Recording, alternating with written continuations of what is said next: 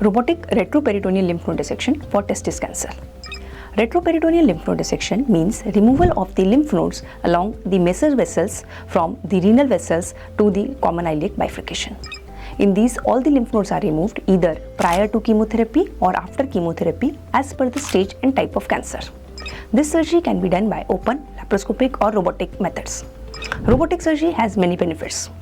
The smaller incisions lead to less pain, less hospital stay, early recovery and back to routine activities and work within a short span of time. This is because the surgery is done through small holes. The next major advantage is the vision, which is high definition, 10 times magnified and 3D. This would make the vessels and the nerves appear magnified and clearly visible to the surgeon.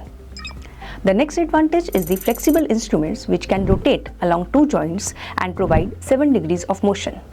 The flexible instruments make the surgery more precise and accurate. This will lead to identification of the nerves. These nerves are important for ejaculation purpose. So the patient will not have retrograde ejaculation, which can be the major complication of this RPLND surgery than for testis cancer. Besides this, the major vessels as well as the small blood vessels are seen nicely and they can be completely controlled. This will lead to lesser blood loss. The patient will not require any blood transfusion. Moreover, the surgery becomes safer. Besides this, all the lymph nodes which can be cancerous are removed completely. So the surgery becomes more precise, more accurate, and oncologically also the outcomes are equivalent. All this will lead to better quality and quantity of life for the patient. Diagnosis of testis cancer involves examination by the patient himself. If there is change in size or swelling, he should report to a doctor. The doctor will examine the testis. If found abnormal, ultrasound is done first. On the ultrasound of the testis, the size of the testis as well as if there is a tumor is assessed. If the tumor is there, it is assessed if it is solid or it contains water only. Besides this, the vascularity of the tumor, that is, if there is increase in the blood flow to the tumor is assessed. All these factors and other criteria help to assess the risk of the tumor being cancerous or being other tumors like which are benign, or there can be infection, tuberculosis or few other changes in the testis which can appear as swelling in the testis. Tumor markers. After doing ultrasound, the tumor markers are done in the blood to assess the risk of cancer. These include AFP, beta-HCG and LDH. Increase in their values will point towards the chances of it being cancer. After that, if there is risk of it being cancer, CT scan of the abdomen and chest is done to assess the spread to other organs. After that, a biopsy is to be done. Usually, the biopsy is done only after removing the testis. The testis has to be removed by a special procedure which is called high inguinal orchidectomy. This high inguinal orchidectomy is sent for biopsy, which will tell us the type of cancer, the presence of cancer.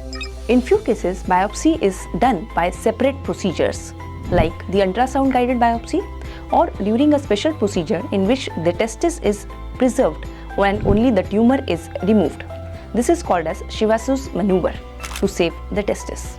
Both these procedures are done in few cases only. Knowing about the risk factors for testis cancer can help to be vigilant, do regular examinations, detect it early and treat it better. The most common reason is the undescended testis. That means the inability of the testis to be in the scrotum since birth. If one of the testes or both are not seen in the scrotum, it can be a risk factor for testis cancer. Age. Being in 15 to 35 years age group is the risk factor for testis cancer. Family history. If one of your family member has history of testis cancer, that can be a risk factor. Race and ethnicity. Some of the races are more prone to get testis cancer. Besides this, the infection of HIV can be also related to testis cancer. Knowing these symptoms can help you to assess your risk. Whether there is risk or not, doing self-examinations can help to detect the testis cancer early and do the treatment in a better way. The testis cancer affects men usually who are young. The most common symptom is the swelling in the testis. it can be painless, or it can be associated with slight pain or heaviness in the scrotum. The second common symptom is the change in size or shape of the testis. If one of the testis looks different than the other one, or there is difference in size or shape of the testis as previously, it should be worrisome. Sudden hydrocele or sudden accumulation of water in the scrotal sac can also be the sign of testis cancer. The other symptoms can be pain in the lower abdomen or heaviness in the abdomen. If the cancer spreads to other organs, it can lead to dysfunction of the kidneys, pain in the bones, weight loss, and not feeling like eating. If you see any of these symptoms, report to your doctor.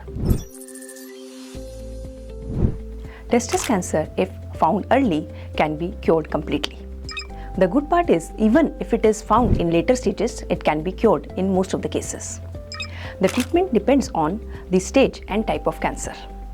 First, the orchidectomy is done, which includes removal of the complete testis through an incision in the inguinal area.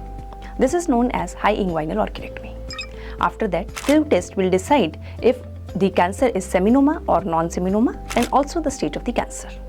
Accordingly, the treatment will be done to prevent the recurrence of cancer in early stages and to control and cure the cancer if the cancer has already spread to other organs. The treatment will include surgery, chemotherapy, and radiation. Surgery means retroperitoneal lymph node dissection, in which all the lymph nodes in the retroperitoneum, that is around the major vessels, are removed. In stage 1, there is a chance that testis cancer would have spread to these lymph nodes. So these lymph nodes are remove the microscopic extent of the tumor and prevent the cancer from occurring. This surgery can be done by preserving the nerves. It can be done by open or laparoscopic as well as robotic method.